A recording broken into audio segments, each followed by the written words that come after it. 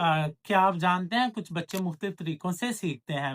अस्सलाम वालेकुम, मोहम्मद उस्मान समी मेरा नाम है। मैं क्लिनिकल साइकोलॉजिस्ट हूँ और स्पीच थेरापिस्ट हूँ। आज हम उन बच्चों को डिस्कस करेंगे जो बच्चे स्लो लर्नर होते हैं। ये स्लो लर्नर वो बच्चे होते हैं जिनका आईक्यू लेवल कम होता है। इनकी अगर हम एक्चुअली देखें तो इनके साथ कोई ना कोई ऐसा इशू हुआ होता है जिसकी वजह से इनका दिमाग छोटा रह जाता है।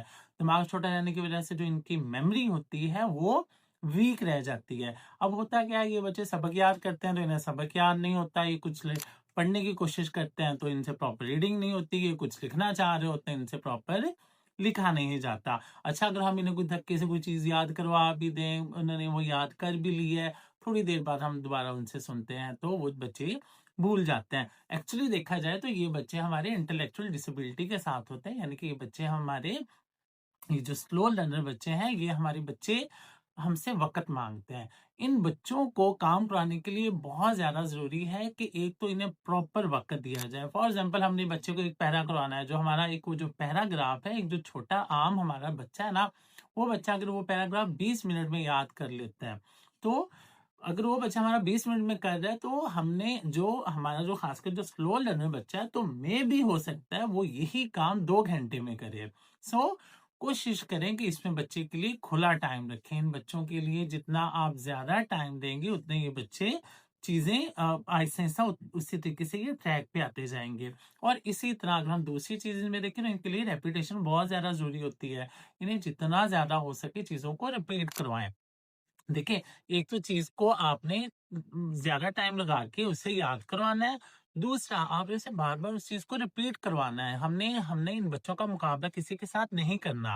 यानी कि अगर आज हमने उसे एक पैरा करवा दिया है, तो कोशिश करें दोपहर में या शाम को आप दोबारा बच्चे को वो पैरा दोबारा करवाएँ, अगले दिन दोबारा करवाएँ, उससे अगले दिन दोबारा करवाएँ। उसके बाद जितना ज़्यादा आप उससे हो सकता है, उसे आप राइट करवाएँ, उससे लिखवाएँ, और जितना ज़्यादा आप हो सकता है उसके उसके साथ डिस्कस करें। और उससे अपने नॉर्मल रूटीन के साथ, जैसे उसे थोड़ा-सा इलैबोरेट करके या उसे खोल-खोल कर उसके साथ बयान करें और उसे प्रॉपर समझाएँ भी, और उसे टेक्निकली उसे समझने की भी कोशिश करें।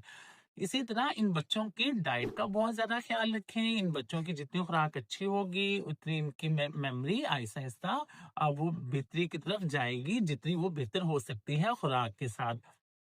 इसी तरह इनके वाले मामले में आप डॉक्टर्स, खासकर जो साइकियाट्रिस्ट हैं या न्यूरो फिजिशियन है, अगर बच्चा छोटा है, आप किसी पेडियाट्रिक न्यूरो फिजिशियन से या बच्चों वाले डॉक्टर से भी आप इनका कोई टॉनिक या इसका कोई सिरप भी लिखवा सकते हैं। ये बच्चे ऐसे बच्चे होते हैं जो एक टाइम मांगते हैं। इन बच्चों को प्रॉपर टाइम दे और इनके ऊपर मेहनत करें। इनके लिए एक इंटेंसिव इंटरेक्शन मेथड यूज होता है, जिसमें ये होता है कि इन बच्चों को हम ज्यादा बच्चों के साथ बैठा के नहीं काम करवा सकते। इनके लिए थोड़ी तादाद होनी चाहिए। वो तादाद कम से कम 1, यानी कि अकेले हम अपने बच्चे को काम करवा रहे हैं, और मैक्सिमम जो इसकी तादाद है वो कोशिश करें 4 से ऊपर ना जाए। यानी कि अगर हम कहें कि हम अपने इस बच्चे को 20 बच्चों में रख के बैठा कर पढ़ाना चाह रहे हैं, तो ये बच्चा नहीं पढ़ेगा। अगर पढ़ेगा भी तो वो टाइम का ज़ाया है, वो उतना सीख नहीं रहा होगा। सो कोशिश करें जितनी तादाद कम होगी इन बच्चों की, उतना ही इन बच्चों के लिए बेहतर है।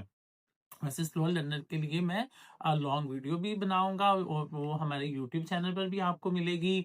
और अगर आपका इनके बारे में अगर कोई भी क्वेश्चन हो तो आप हमसे पूछ सकते हैं। दिए गए नंबर पर आप ज़रूर हमें कॉल कीजिएगा। आप हमारे जो सोशल मीडिया के अकाउंट्स जो हैं, टिकटॉक पर, इंस्टाग्राम पर, फेसबुक पर और यूट्यूब पर, आप इन्हें ज़रूर लाइक और शेयर कीजिएगा। आपका कोई क्वेश्चन हो तो आप कमेंट बॉक्स में पूछ सकते हैं। मोहम्मद उस्मान समी था signing off. Thank you so much.